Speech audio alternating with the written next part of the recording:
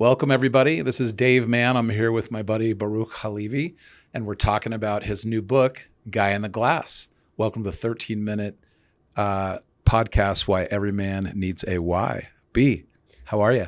Man, I'm better now that you're in the captain's chair. Yeah? Yeah, it's good to have you back in studio and doing our thing.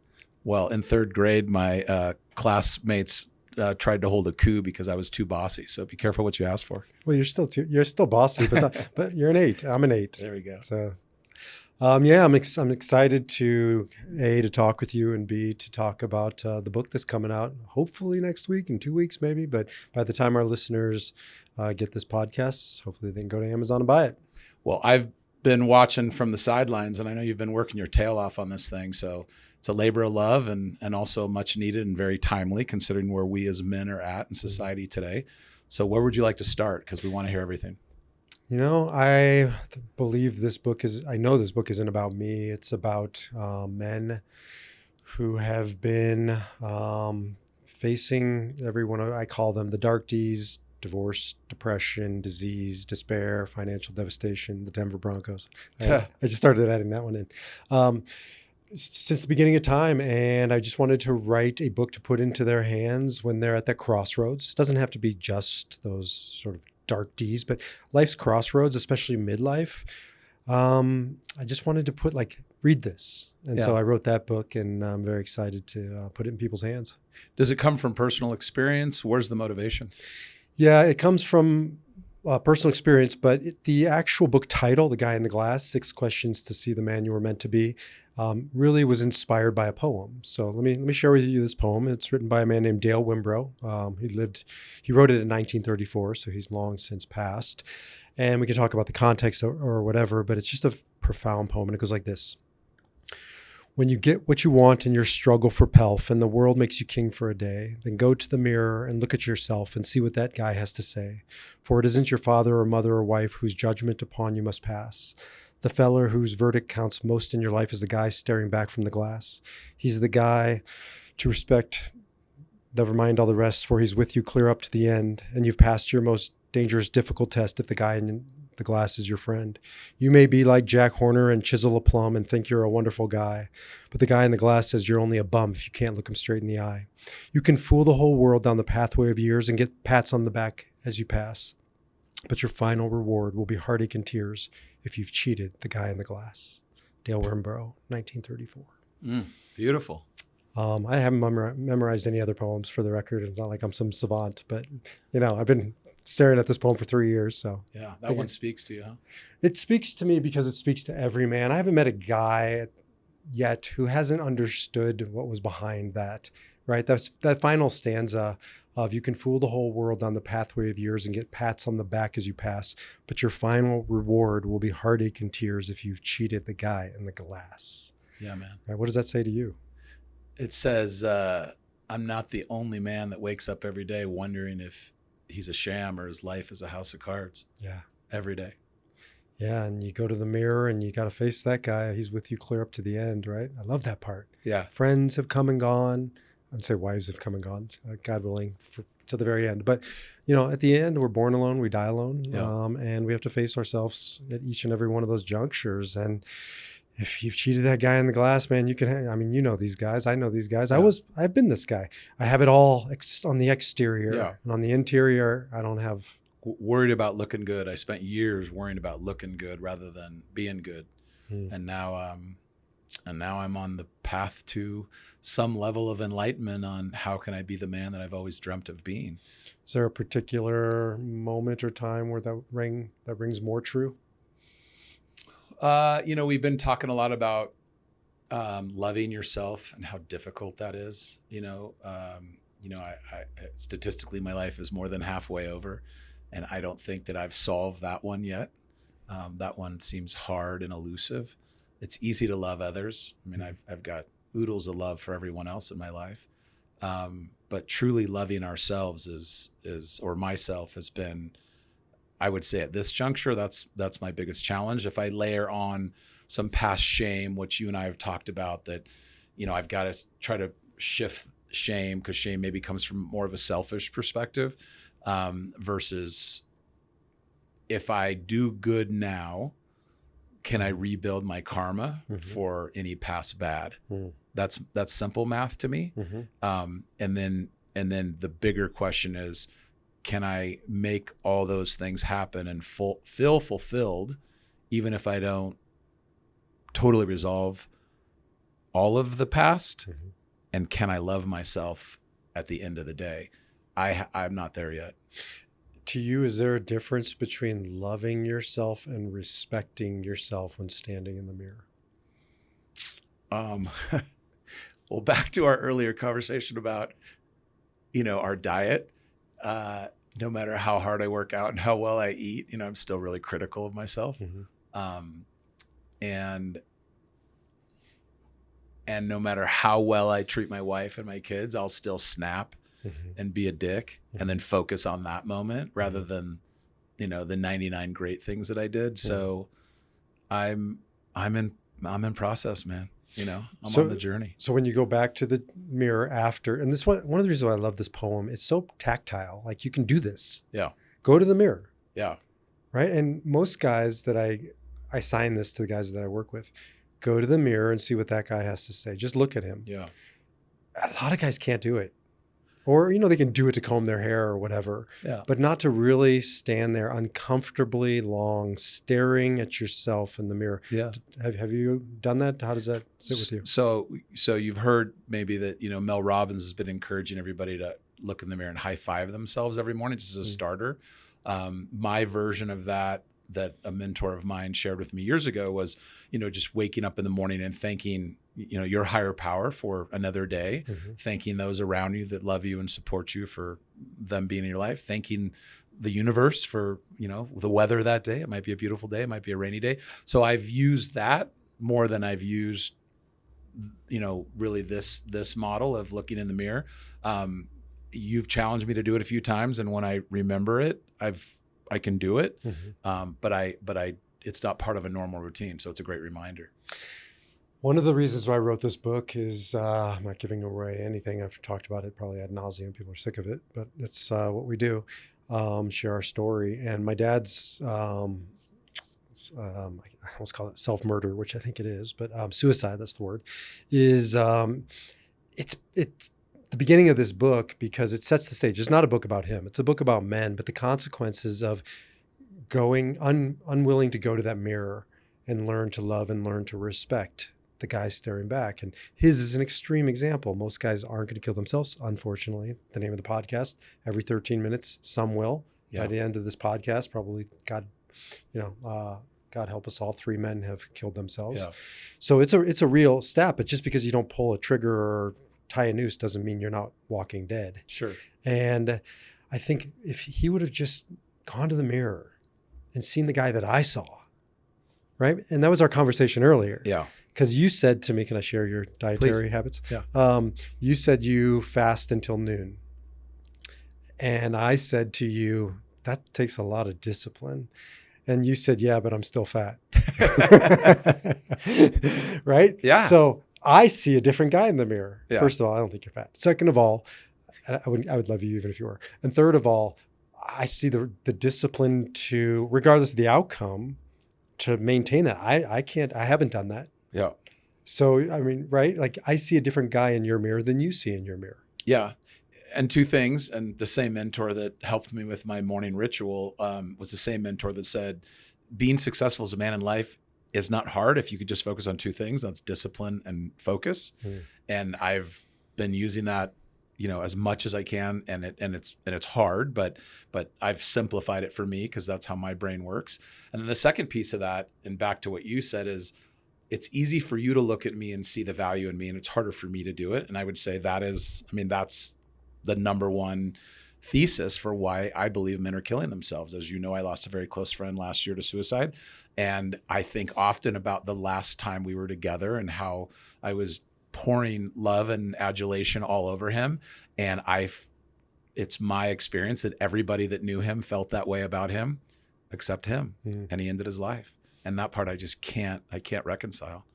So, and not to correct your mentor, because he's a brilliant, wise man. Maybe it's to add on to that formula of focus and discipline and self-compassion or Yeah. something in that space, to go to the mirror in the morning? Like Yeah. maybe that's a third piece of the component. Yeah. Because if you have focus and discipline, but you don't have that third piece, like, and what? You're right. And he, in the beginning, we talked a lot about discipline and consistency, and more recently he's shifted that to discipline and focus. I actually feel like consistency resonates with me regarding what you just said, because if we had the gumption or the insight to really look at ourselves and respect ourselves and love ourselves consistently every day that we look in the mirror, what type of evolution would we see? I'm thinking it would be remarkable. Yeah, I think it's just so mission critical for a man to have that level of consistency, to go to the mirror, to, if not able to love or respect him, to learn how. Yeah. Right? Maybe it's a learned process. Maybe it's, Well, we certainly weren't taught, right? we were taught, we were untaught. Like, I Yeah. wonder if we loved ourselves. I think every baby and toddler loves themselves until they don't. Yeah.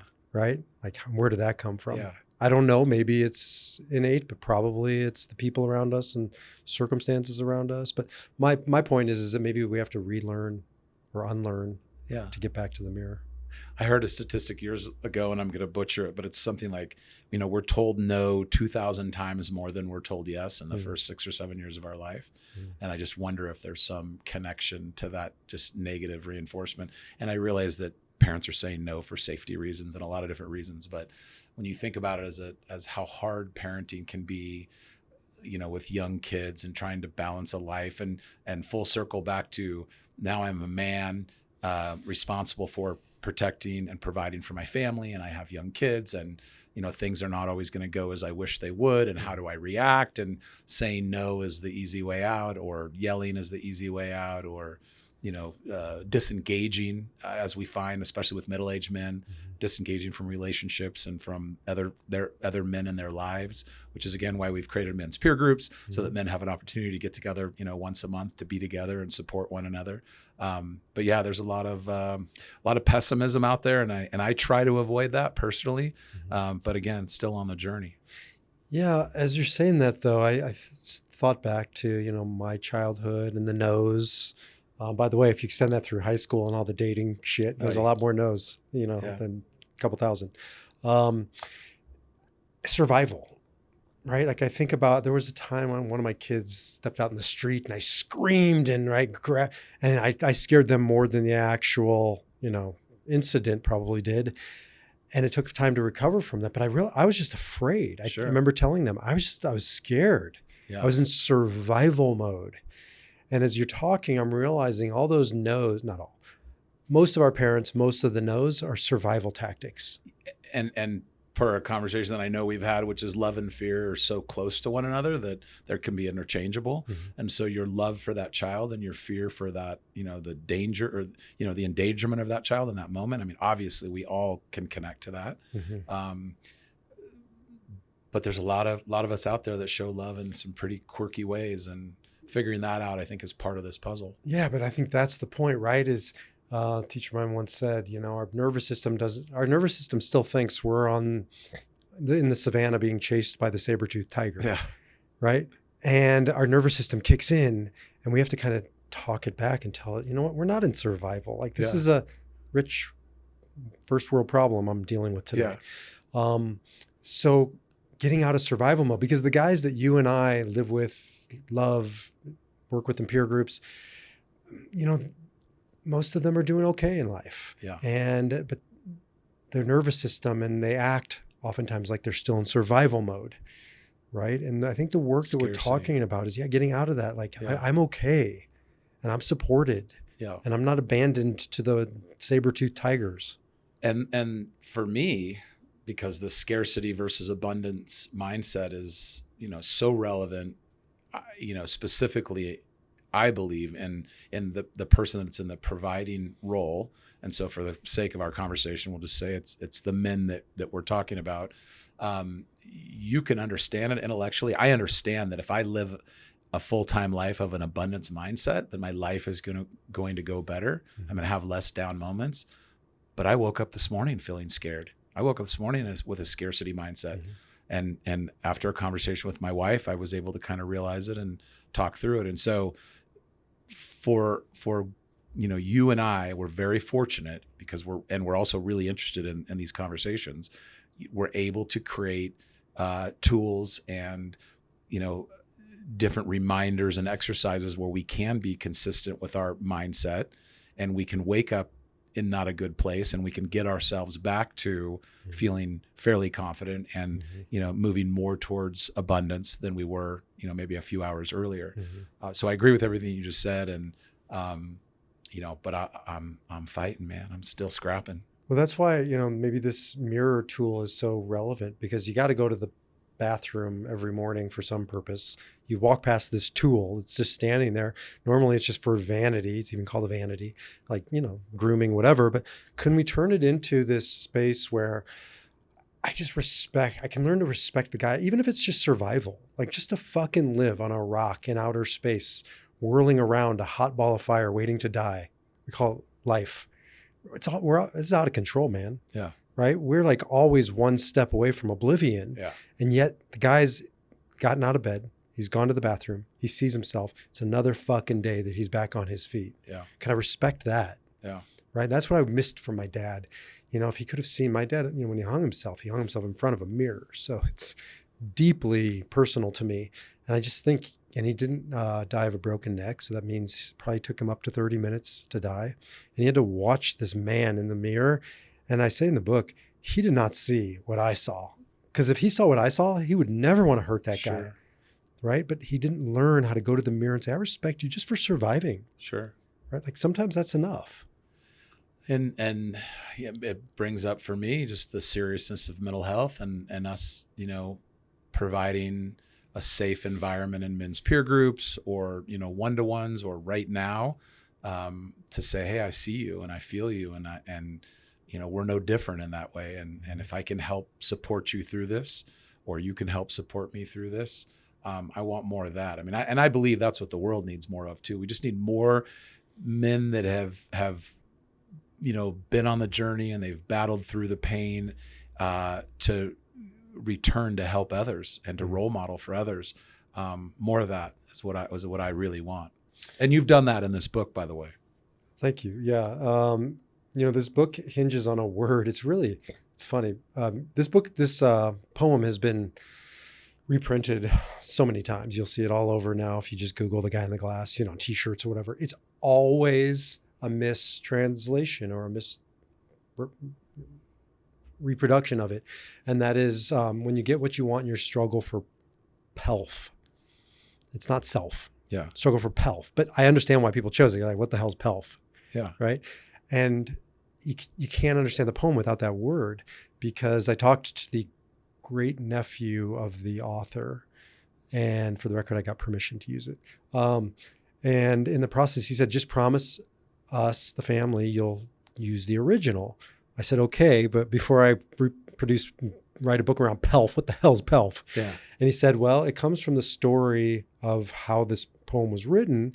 H.L. Mencken, a famous publicist, editor, and I think it was the Chicago Tribune back in the 30s, had a question written into him by a young man who said, I'm struggling with a financial issue that I think might be immoral.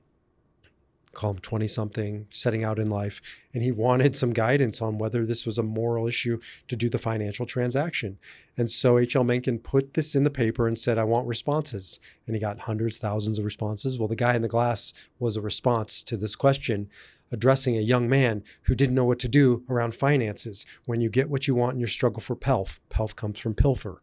Pilfer means ill-gotten gains. When you get what you want in your struggle for money, for financial means, for success, that changes the poem, because every guy listening knows what it means to struggle for pelf, right? And all the shit it brings up, your profession, your finances, the money, the business you do. And to me, it just hinges on it for every man, because so many guys are listening to this right now struggling for pelf. Yeah. In fact, my dad, when he killed himself, he left a a suicide note, generic one. And he said, I want to be an angel on the other side. He said, I can do more for you there. He said, blah, blah, blah. What he didn't say is he had credit card debt coming out the wazoo, Yeah. right? Struggle for pelf. How many guys kill themselves around money? My hunch is more than we know. And my friend that decided to end his life last year, I believe it was all around money. And why it's, such a scoreboard for us, I don't know. But it is for me too. I mean, I've fallen into the same trap, and I'm concerned if my wife and kids don't feel taken care of financially. Money's not my currency. It's not my motivator. My motivator tends to revolve around my wife and children feeling happy and loved and taken care of. And in turn, they'll love me, which is my currency. If I really wanted to chase enlightenment, I guess I'd go live in the mountains by myself and disconnect from society. But I'm still egocentric, and I'm still here, and I still want to hang out with you and go to dinners and come and do podcasts, and those things take time and money, right? And so this is the path I've chosen, and it doesn't always feel good to me, but I'm taking care of people that I love and care about. And so I guess from that perspective, we as men can be pretty selfless until we might end our life over that. And then that for me feels pretty selfish. Yeah. And it isn't to say you're going to get rid of the struggle for pelf, for financial freedom. I mean, the poem isn't about not doing that. It's when you get what you want and your struggle for, and the world makes you king for a day, and you're on top, right? The means is just as important as the end, how you got there. Yeah. Right. And that's the point. Check in, go to the mirror, look at yourself. Am I in alignment with my values? And maybe be okay getting what you need, not what you want. Because I find that to be more the case in my life. I mean, I'm getting lessons all the time that I don't want, but I know that I need them. This book could speak to that. This poem certainly speaks to that as well. Yeah. And again, I don't take credit for the book necessarily. It's inspired by this poem that men have been just grappling with this issue since the beginning of time, and still dealing with it, and won't go away. But here's, I guess, my point for it is you're not alone in the struggle. Yeah. And that's what this book is a reminder of. But more importantly than the book, I only wrote it. Nobody gets rich off books. I didn't write it to make money. I wrote it as a calling card to put into guys' hands to say, you're not alone. Come to a men's peer group. Yeah. Right. So maybe speak to how they can go from that struggle for pelf, that struggle out in the world, to a men's peer group. Like, why is that, in your experience, an important way, an antidote maybe to some of the things we're talking about? Yeah. I mean, it's easy for me to hide out. It's easy for men to hide out. It's, men can be pretty solitary. Women do a remarkable job of connecting and socializing and feeling supported by one another. And I, for whatever reason, that trait, was not passed on to us. And so I can isolate pretty easily. Like if I'm not feeling good, it's easy for me to go be by myself. What peer groups have done for me is forced me, even when I'm not feeling up to it, to go and connect and to be in an environment where at the end of the day, I realize I'm not alone. And so for me, it shifted, and I joined my first peer group in 1997. It shifted from I'm self-consumed with my issues, my problems, to, oh, geez, this guy's has a way worse situation than I have, based on my own, judgment and assessment of it. Maybe he didn't feel that way. What can I do to be in service to this man? And through the ability to serve others, that fed my soul. And I've been, in and out of peer groups since 1997. And currently I'm in 2. And I've said it many times, and I'll say it again. I would be divorced and bankrupt if it wasn't for the power of peer groups. And maybe dead. Yeah. Thank God you found a peer group. Yeah. I've seen it. I've experienced it firsthand, and I've seen it firsthand that, a peer group does multiple things, but regarding like what we're talking about, number one is it makes you realize everybody's got their version of pelf. I mean, this guy's a billionaire and he's still struggling with, and that's not always money, but it's everything that comes around it, right? All the consequences of having a lot of money, having no money, everything in between. So you start to see the sort of spectrum of struggle, and you find your place on it. And 99.9% of the time, I think you're not on either extreme, like you're somewhere in the middle. Yeah. And it feels, I don't know, less lonely Yeah. in that space. The other thing I've thought about, and we haven't done this in our peer group, but a friend of ours said they did this in their peer group, is he said it's the most vulnerable thing they've ever done. They had to, over the course of the month, go home and bring all their finances back to the table and share every single thing they've spent money on, what's coming in, what's going out, how much they have. He said it was the most vulnerable experience of his life. And when he said that, I'm like, oh my God, right? The struggle for pelf. I'd rather strip down naked than have to show you my finances and all that brings up. Yeah. I've been there. 2008, I was on the brink of, losing everything. We were really struggling. And my peer group saved me in more ways than one. A, they held me accountable. B, they supported me through it and loved me through it. There was no judgment. There was great experience shares of I've been in your shoes and here's what I did, which really helps me a lot. The way that my brain processes is, don't tell me what to do. Tell me a story about how it happened and how you reacted and how you felt and, what were the family dynamics. That really motivates me. And in 2008, my peer group helped me craft a plan to avoid filing bankruptcy and secure the right resources to forge ahead and get disciplined and get focused. And we turned the ship around. And I'm not saying that I've solved it all, but I'm certainly in a 180-degree much better position today than I was then. And with all the lessons and all the relationships and all these great memories from these wonderful people that supported me along the way. Yeah, I'm sort of wrapping up here, but the struggle is important, right? I mean, I hear like the struggle, you still struggled. Sure. But now you're not alone. Right. Right. Now you feel supported, seen, heard. Yeah. Being heard is as much like being loved. I can barely tell the difference. That's right. Dave's favorite quote. I know I butchered it. And I guess just for me, that point of that is that it doesn't make the struggles go away. Yeah. Right. It just makes it doable.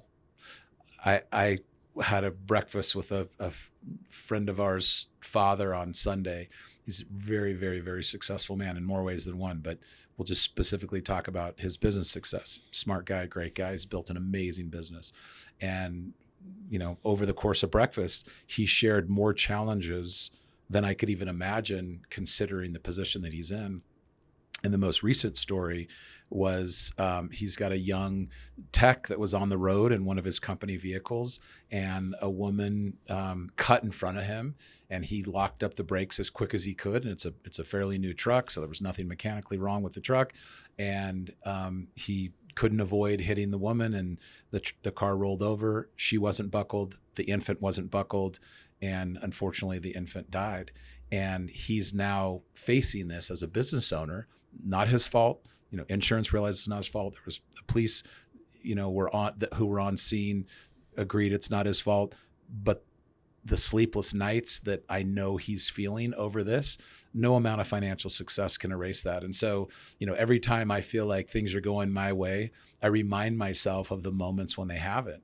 And when things aren't going my way, I remind myself of the moments when they are. Mm-hmm. For me, it's balance and just remembering that I'm not put on this earth to go make money. I'm just put on this earth to try to love as many people as I can and to feel love and to hopefully someday figure out how to love myself.